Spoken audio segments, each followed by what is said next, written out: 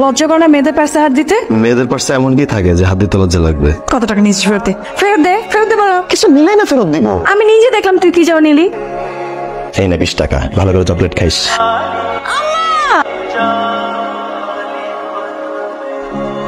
ওই মিয়া, আপনার ঘরে কি মা বোন নাই? কাজ টাজ তো কিছু করেন না, তাই খালি ফোনে কথা।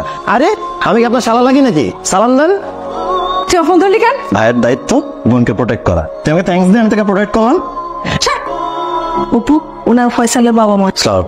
দেখ তো বাবা, ঐশী রেডি হয়েছে কিনা। কিরে, তোর তো একদম পেতনির মতো লাগতেছে। তুই তো খুব খুশি আমার বিয়ে হয়ে গেল। একদম, এই রুমটা আমার হয়ে যাবে, এই বড় বেডটা আমার, ইনফ্যাক্ট পুরো বাড়িটাই আমার হয়ে যাবে। যাই চাটা দিয়ে আসি। চা দিয়ে আসা লাগবে না, একেবারেই চলে যা। কাজে অফিসে বিয়ে করে একেবারে গিয়ে উঠ, ঝামেলাটা শেষ। আমি চলে গেলে কাকে নিয়ে খাপাবি? খাপা। ডেট কবে ফাইনাল হয়েছে? এই মাসের 20 তারিখ। 20 তারিখে বিয়ে, তারপর 26 তারিখে আমি কানাডা চলে যাব।